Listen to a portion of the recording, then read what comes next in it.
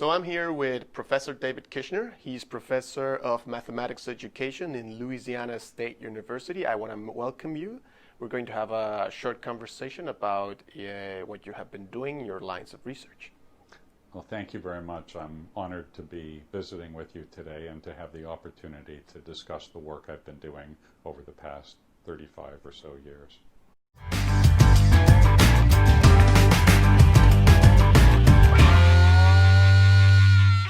What is or are your main lines of research? Well, Roberto, thank you very much for hosting me for this presentation. I am interested in primarily two avenues of research. One of them that goes back to my doctoral dissertation work relates to the symbol system of algebra and how it is that we become encumbered with that system, how we come to be able to use it.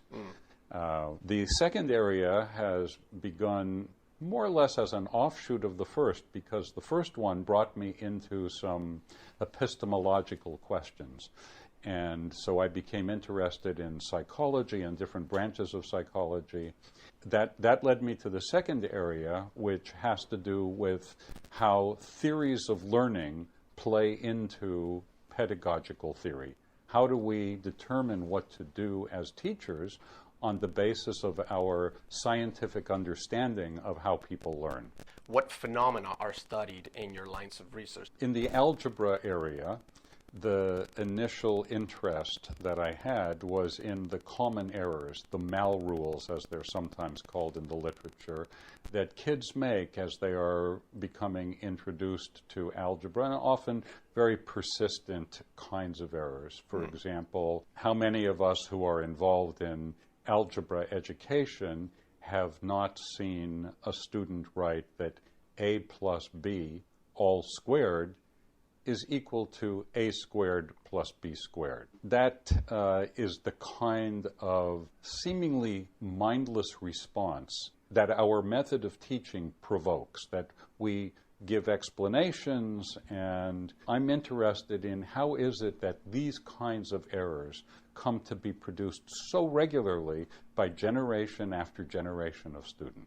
In the area of psychology and its relationship, the psychology of learning and its relationship to teaching, I did some early work in the psychological school of situated cognition theory.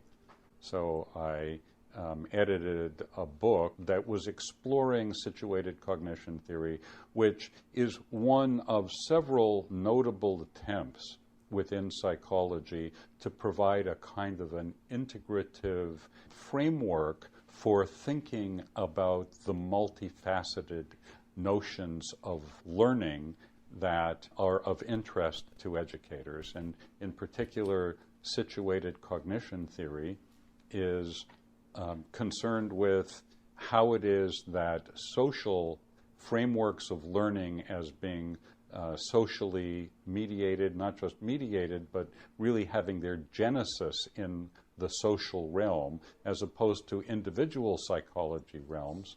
You know, how do we integrate together these kinds of perspectives? And that work led me to think more broadly about the problematic for education that is created by the fact that psychology has a variety of separate perspectives pursued in the different branches of psychology about what is learning. And so how do we educators grapple with that? That's the major focus of this second area. Now that we have been talking about your both lines of research, what would you say are the most important results in these two areas?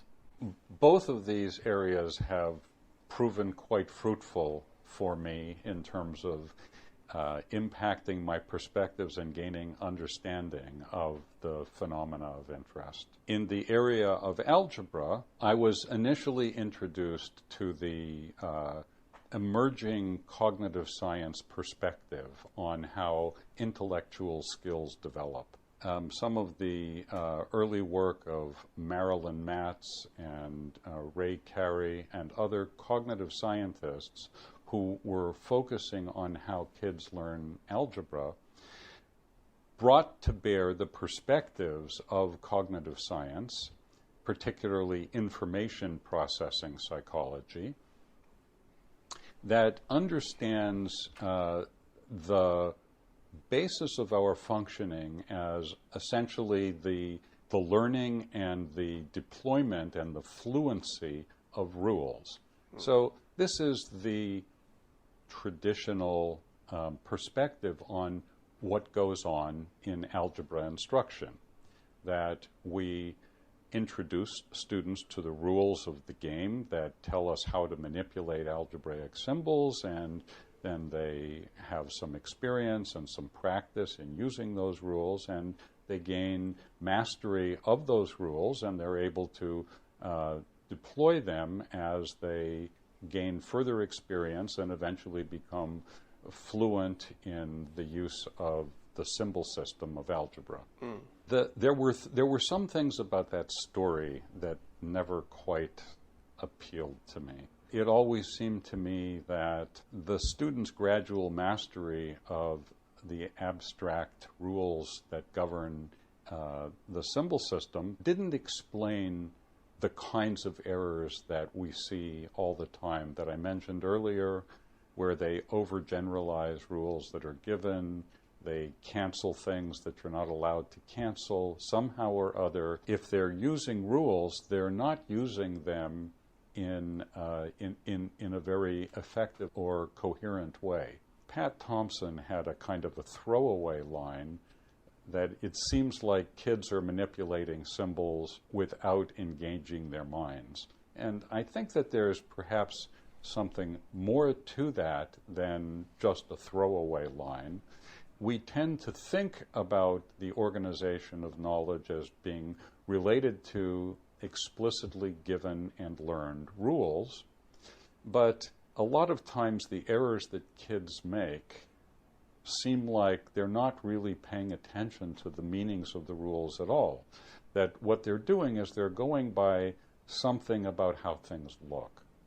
And so I became interested in exploring ways in which perhaps the competencies that kids develop in the algebra symbol system do not initiate in a kind of a rule-based exchange where we give them rules and then they learn to deploy these rules, but somehow or other they are engaging in a spontaneous way with the symbol system at a level that we have been blind to.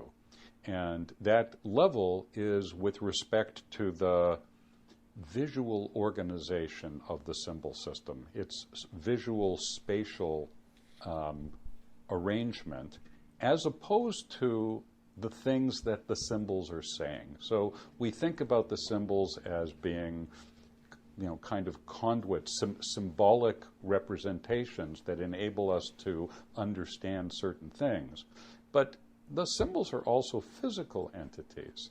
And so in the area of algebra, my main breakthrough has been to be able to demonstrate that, in fact, the learning is pretty much governed exclusively at the visual level. So I have some experimental results that support that point of view, and that leads me to propose some different ways to think about the instructional challenges and the instructional processes that we should be engaging kids with. Continuing with these, talking about these results, where are you going with this in terms of curriculum or social impact? So the perspective that kids are engaging with the visual spatial structure of the symbol system itself, as opposed to its messages, the things that we're attempting to say through the symbols, strikes me as important for two reasons. One of them is that it explains the kinds of mindless seeming errors that students make. And it also alerts us to how thoroughly we have failed to get at what are some core goals of mathematics education, that students should be able to articulate ideas and think within systems, et cetera, et cetera. None of this is happening within our current algebra curriculum because the locus of students' engagement is away from the propositional content of the curriculum. What I have been working toward and am still seeking to develop is a way to intervene between the student and the visual structure of the symbol system. So I want to emphasize that the engagement that students have with the visual structure is completely spontaneous. It's not something that we have foisted upon them or whatever. It's a natural way of engaging with our environment. And from a theoretical perspective, I couch this in terms of connectionist theory, as opposed to traditional classical artificial intelligence and information processing theory. But in any case, this perspective and the results that I have gotten from research lead me to understand that the spontaneous way that students will engage with the symbol system is in terms of its visual spatial structure. The symbol system is evolved, and it has evolved to be most easily useful to the mathematics community. But that power also turns out to create obstacles to engaging students in the actual content of what we're trying to be talking about with the symbol system. So part of the results that I have gotten from my research in this area have pointed out that we have relied implicitly on students being able to progress in superficial ways based on their visual engagement with the symbol system.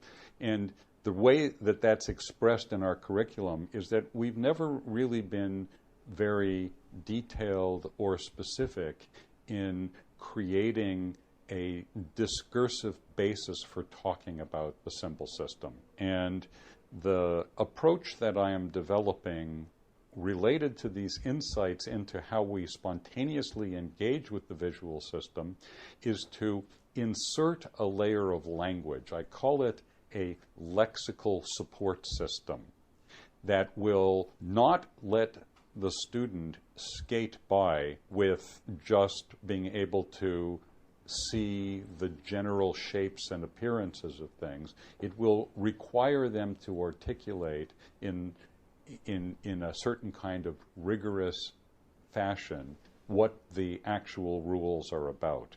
What the vocabulary system that I'm developing does, it provides a structural vocabulary to talk about the structure of expressions, okay? So if we take, for example, the expression 3x squared plus 1, we know that there are 3 operations involved in 3x squared plus 1. There's multiplication that connects the 3 with the x. There's exponentiation that connects the x with the 2. And there's addition that connects the 2 with the 1. Those rules have, there's a certain hierarchy of operations that's involved. And the rules of precedence that we teach tell us that we should do the exponentiation first, and then we should do the multiplication, and last but not least, we should do the addition. So I would like us to be explicit about that, and then to talk about the expression in those structural terms. So the first definition in this lexical support system is the definition of principal operation. The principal operation is the last operation within those rules of precedence. Okay, so in the case of 3x squared plus 1, the last thing you do is the addition. And so consequently, what we want to know about this expression is that it's primarily a sum. That's its basic character. And each of its sub-expressions, 3x squared and 1, each of them itself is subject to being structurally decomposed. So 1 is just 1, but 3x squared has got two operations, multiplication and exponentiation. So we want to be able to talk about the principal operation of an expression and then the principal operation of each sub-expression, and then each sub-expression until we have verbally created a kind of a tree diagram. Tree diagrams are used in linguistic theory and computer science to lay out the structure of an expression. That vocabulary system of being able to talk about the structure of an expression then enables us to talk about the rules that we're going to use to transform the structure of an expression. Okay, so continuing with your other line of research, which is in psychology, what would be the results and the implications of these main results that have come about in this line of research? Okay. Well, as I mentioned earlier, the major focus of interest in the area of psychology is how should education handle the multiplicity of learning theories that psychology has produced in its various branches. There's a whole variety of different schools of psychology, each of them studying learning in some fashion. And the fashions in which they study learning and the notions of learning that they study are quite distinct and remote from each other. And so what is education to make of this, since we're attempting to take advantage of the scientific study of learning that psychology has developed? So this is a dilemma that I have undertaken to kind of step back from and to look at this as a problem that historically has accompanied us since the very early days of scientific psychology. And educators have had to grapple with this over many, many decades. And what I've observed is that, looking at the historical record, that there's actually a kind of a trajectory of different strategies that education has adopted for handling the multiplicity of learning theories. And I should add that it is not education that has that has adopted or developed these strategies itself. It has been in partnership with psychology. So we find in the early days of scientific psychology that there was a concerted effort for there to be a single winner to the question of what is learning. The goal is clearly to have a victor. And that's the dynamic of psychology. And education sort of went along with that, where educators would back this psychological school or that psychological school. My perspective began to shift from thinking about what does psychology tell us about learning as to how has psychology managed itself to deal with the multiplicity of learning theories that it's producing in its various branches.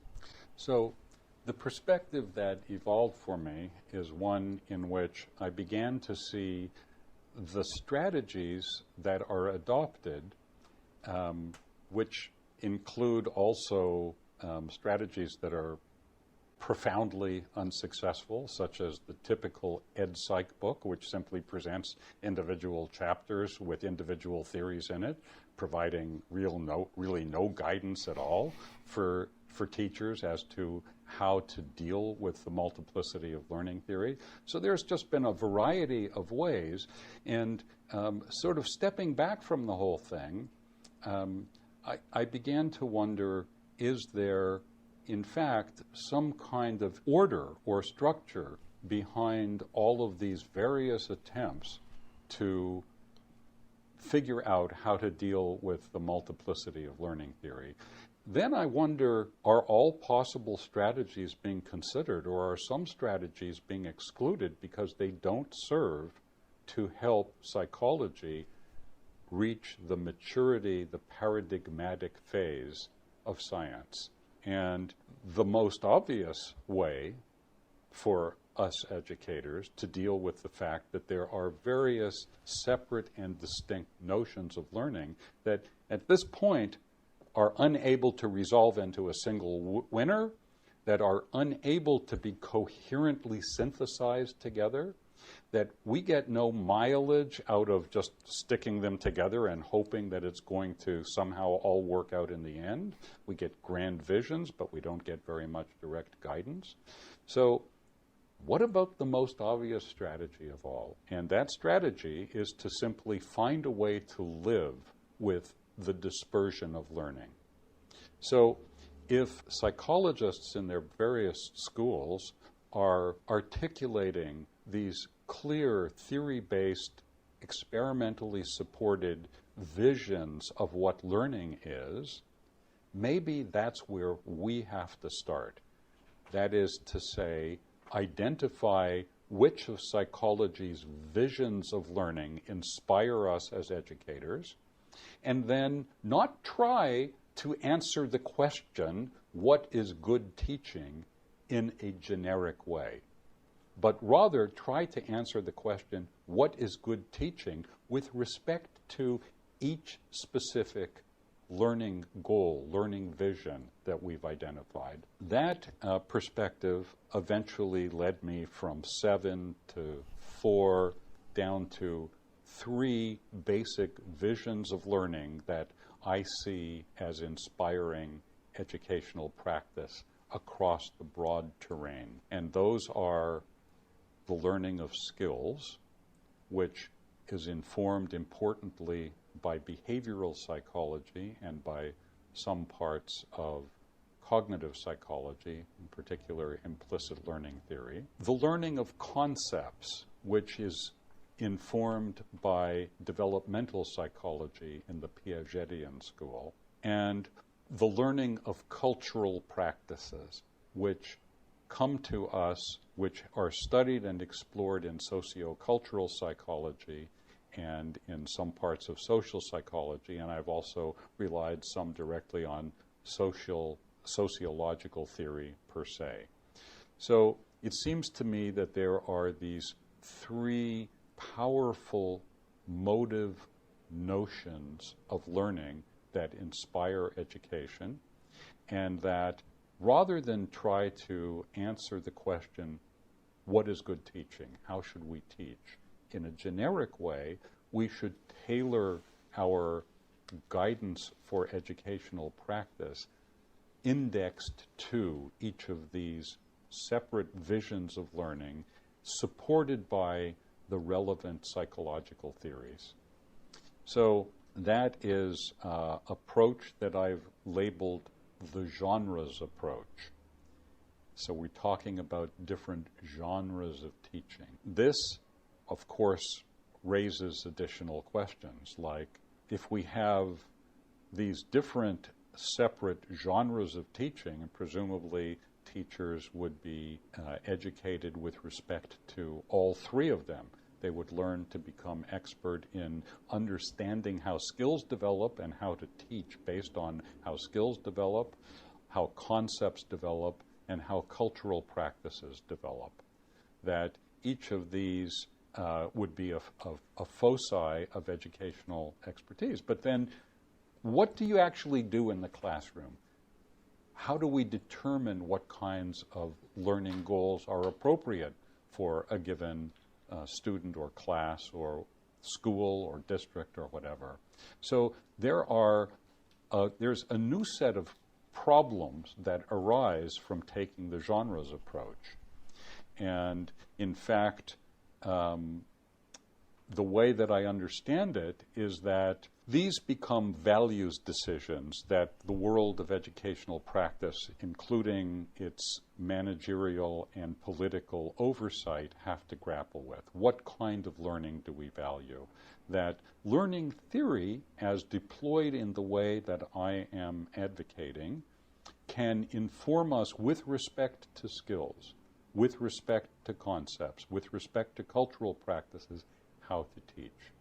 When to teach what and how to organize a full curriculum becomes a different matter. But we gain the possibility of a certain kind of efficacy, a certain kind of coherent knowledge base for teaching that is rooted in the psychological sciences, the learning theories that abound, and that manage to provide that kind of structure for the pedagogical enterprise, avoiding the kinds of conflicts and the kinds of sort of dissipation of ideation that the other strategies have provoked. So I see this as a broad restructuring of the entire educational enterprise. What are some challenges that you and or other researchers are facing in your line of research or your lines of research? The algebra adventure has been fraught with challenges that I didn't expect to be quite as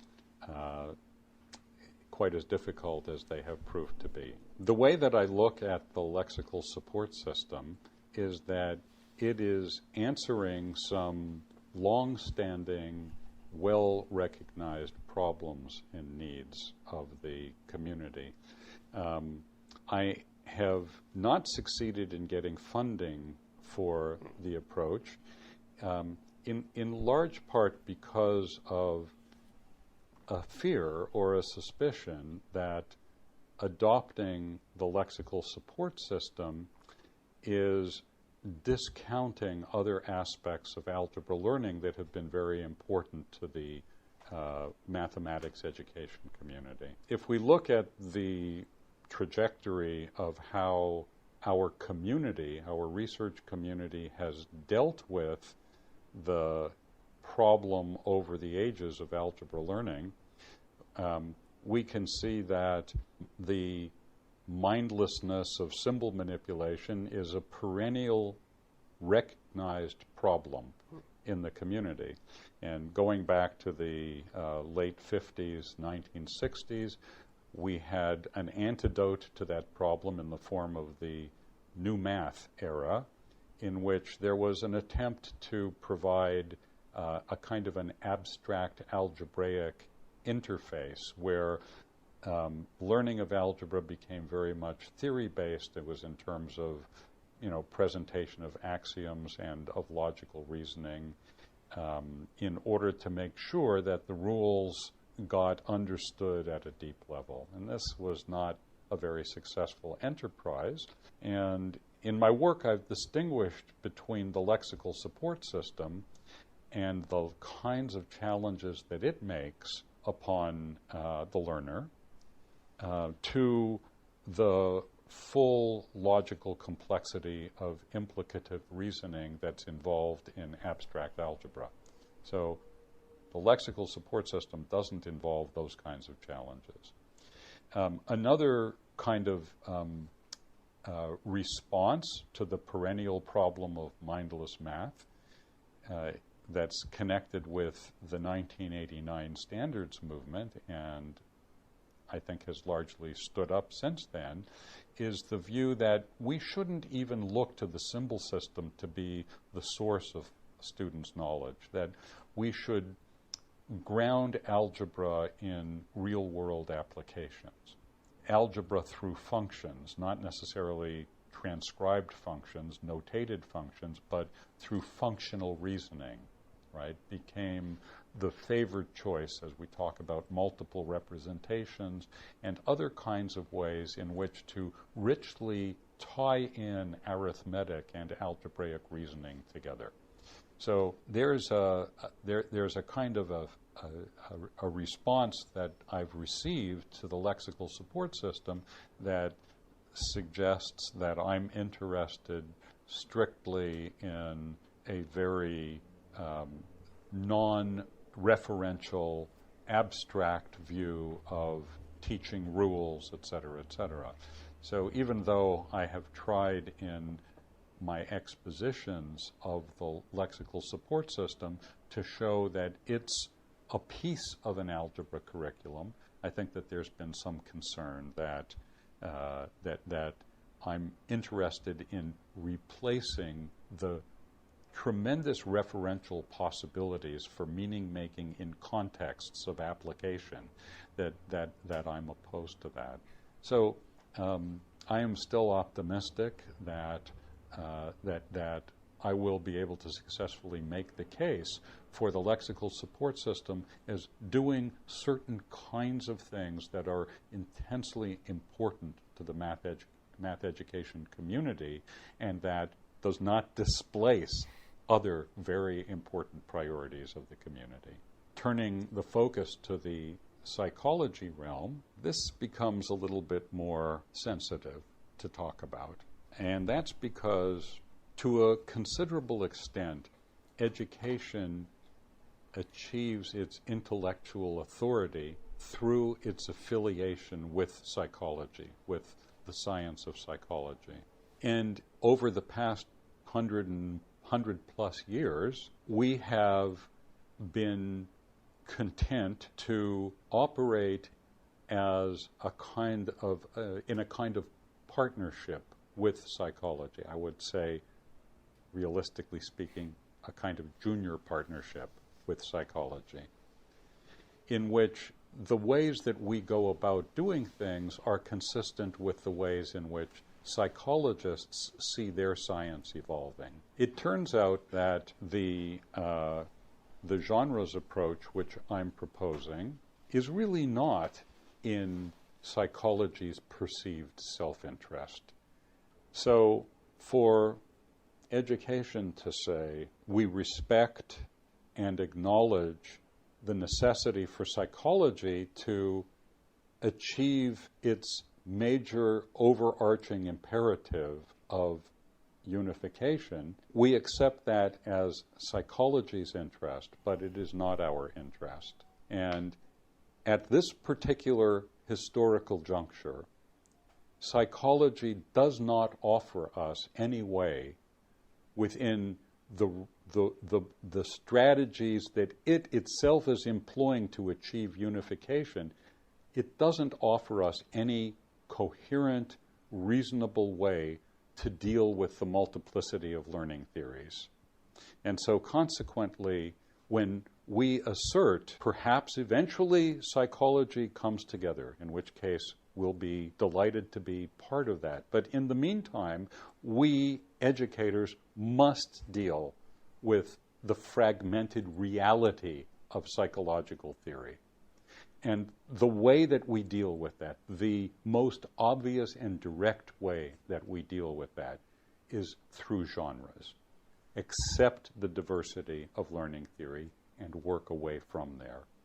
But in order for educators to be able to actually adopt this strategy, we have to remove ourselves from the partnership that we've had with psychology, because as we do this, we are no longer affiliated with psychology in its efforts towards its eventual unification, its primary imperative. Where can we find more information about these two lines of research?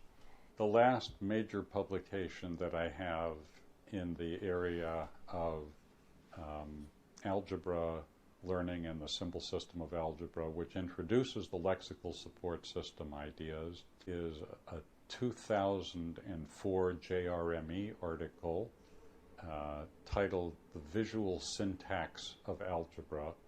That's the last major publication, but I think that it provides a pretty clear overview of the entire theoretical perspective, as well as the implications for curriculum development that I'm pursuing. In the area of the psychology of learning and how that should or could impact educational practice, I also have a handbook chapter in the International Handbook of Research in Mathematics Education that I co-edited with Lynn English. My chapter in that gives a pretty comprehensive overview of the the whole genres of teaching approach, including the theoretical perspectives that are behind it. So that would be probably the most recent broad-scale overview that I can point people to in the genres of teaching area. Well, I want to thank you very much for this short conversation about your research. It has been a pleasure, and I want to say thank you to the viewers. And thank you very much. I'm honored to be part of your program and part of the and that my ideas can, through your program, reach out to the communities that you serve. So I look forward to lots of fruitful interactions with my Mexican colleagues. Definitely. Thank you very much, Professor.